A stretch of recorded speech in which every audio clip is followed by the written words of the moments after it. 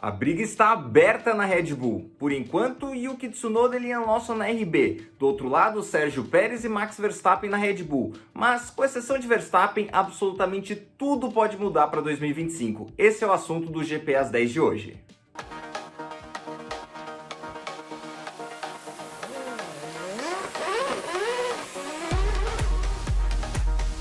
Bom, antes de darmos início, é claro, convido vocês a se inscreverem aqui no GP2, no Grande Prêmio 2, deixarem seu like, a sua curtida e também o seu comentário, participar com a gente aqui, porque o assunto de hoje tem tudo para render, um assunto bastante quente e, é claro, afeta uma das equipes de ponta na categoria, que é a Red Bull. Então vem participar com a gente, se inscreve no nosso canal, faça parte da família do Grande Prêmio e vamos embora então para o assunto de hoje. Bom, de início tudo indicava que dentro da família Red Bull estava tudo definido para 2025, né? Uma vez que o Liam Lawson foi anunciado como substituto de Daniel Ricciardo na RB, a principal sombra de Sérgio Pérez acabou deixando o grid e, por consequência, a família da Red Bull. E com isso parecia tudo definido. Em 2025 veríamos na Red Bull Sérgio Pérez e Max Verstappen. O Pérez, inclusive, cumprindo o contrato que, né, estava em risco há muito tempo, contrato válido até 2026, que foi renovado nessa temporada. E na RB a gente iria ver Yuki Tsunoda e Liam Lawson. Esse é o cenário para a reta final de 2024, mas nada está definido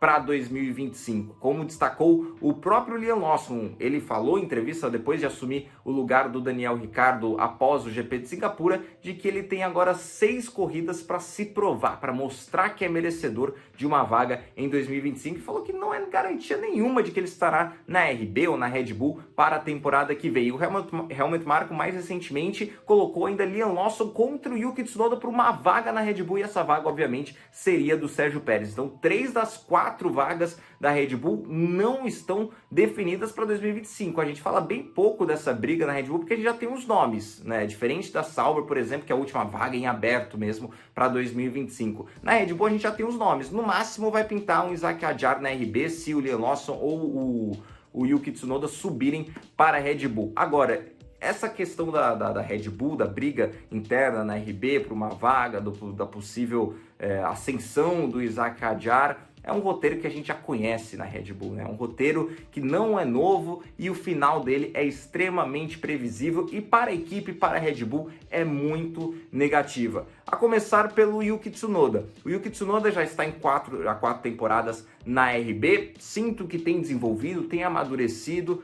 Ainda tem aqueles problemas, às vezes, de ficar muito bravo no rádio, ficar nervoso, descontar na equipe. É uma questão comportamental que preocupa mesmo as equipes da Fórmula 1. É uma questão, sim, a ser pontuada, mas, no geral, em pista ele tem amadurecido muito. Mas a Red Bull não tem dado muitas condições da gente fazer comparação, ou comparativos, melhor dizendo, com os companheiros de equipe. Contra o Daniel Ricciardo, que é um talento, né, que já ficou para trás, podemos dizer assim, um piloto que já não demonstrava tanta velocidade quando ainda estava na McLaren até 2022, o Yuki Tsunoda passeou, tranquilamente conseguiu superar o Daniel Ricciardo, mas é um comparativo muito baixo, na minha opinião.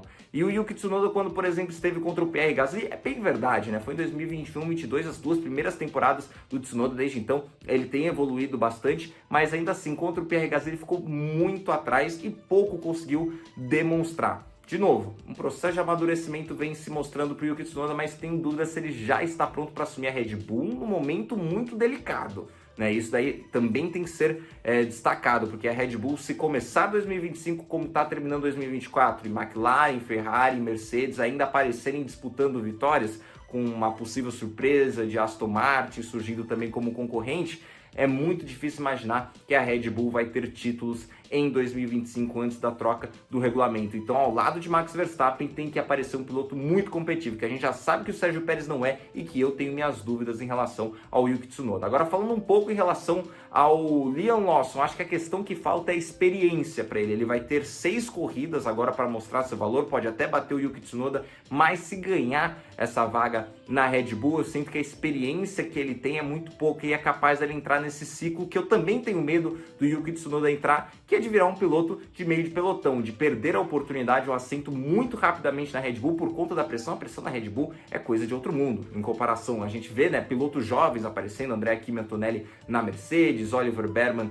indo para a Haas, Jack Turhan na Alpine, mas a pressão na Red Bull é muito maior para você colocar um piloto novato logo de cara. E da minha visão, o Liam Lawson é um piloto novato, por mais que pilotou, substituiu o Daniel Ricciardo no ano passado, vai substituir agora, ainda assim não teve uma temporada completa. Então, para mim, é basicamente um piloto novato. E a pressão é muito grande na Red Bull, capaz dele perder esse assento muito rapidamente, como eu também acho que é capaz do Yuki Tsunoda perder esse assento muito rapidamente e ficar nesse limbo do pelotão intermediário, como aconteceu com o próprio Pierre Gasly, que venceu já o Yuki Tsunoda em 2021 e 2022 no Mundial de Pilotos com o mesmo carro, que no caso era a AlphaTauri, como também aconteceu com outros pilotos, né? O Kvyat é o exemplo mais clássico, mas tudo bem que ele nem na Fórmula 1 está, mas também é um exemplo clássico de alguém que perdeu o assento muito rápido, e até o próprio Alexander Albon, que é um piloto muito sólido, que a Williams tem, mas que quando subiu para a Red Bull em 2019 só durou até 2020 e foi um companheiro de equipe muito abaixo do Max Verstappen. Então a pressão por resultados imediatos na Red Bull é o que me preocupa nesse desenvolvimento de talentos jovens. A Red Bull fica presa nesse inferno dos pilotos eternamente e não se abre para o mercado externo de pilotos, não busca outras equipes, outras alternativas. Você não vê uma Red Bull podendo fazer o que a Ferrari fez e trazer o Lewis Hamilton. Claro, a Ferrari foi completamente surpreendente, pensou bastante fora da caixa nesse sentido, mas a gente não consegue imaginar a Red Bull pensando fora da caixa desse jeito. E a Red Bull, inclusive, perdeu a chance de repatriar o Carlos Sainz, que está deixando a Ferrari nessa temporada. Seria uma boa. Não estou falando que a Red Bull tem que abandonar a academia de pilotos e não desenvolver esses talentos. Tem que desenvolver esses talentos, mas ter um veterano com experiência em outras equipes, em outras frentes do automobilismo e da Fórmula 1 é muito importante. E a Red Bull perde sempre essas oportunidades e vai fazer mais uma vez com essa dança das cadeiras que está promovendo entre essas esses três assentos, essas três vagas para 2025 entre Sérgio Pérez, Yuki Tsunoda e Liam Lawson. O que vocês acham? Acham que a Red Bull acerta em deixar tudo em aberto para 2025? Acham que deve levar um pouco mais o Sérgio Pérez? Será que o Sérgio Pérez vai se aposentar nessa temporada? Pode ser uma possibilidade, né? Havia a especulação, de acordo com a imprensa inglesa, de que o Sérgio Pérez iria anunciar a aposentadoria já no GP do México nessa temporada. O Pérez negou, mas querendo ou não, ainda existe esse rumor, essa possibilidade, e se o Pérez se aposentar, aí não tem como. A Red Bull vai ter que pensar em alguma alternativa e de imediato, sem pensar no mercado externo, vai ter que pensar em Yuki Tsunoda ou em Liam Lawson. O que vocês acham? Um deles já está preparado para subir essa bomba na Red Bull e ser companheiro de Max Verstappen? Quero saber de vocês nos comentários.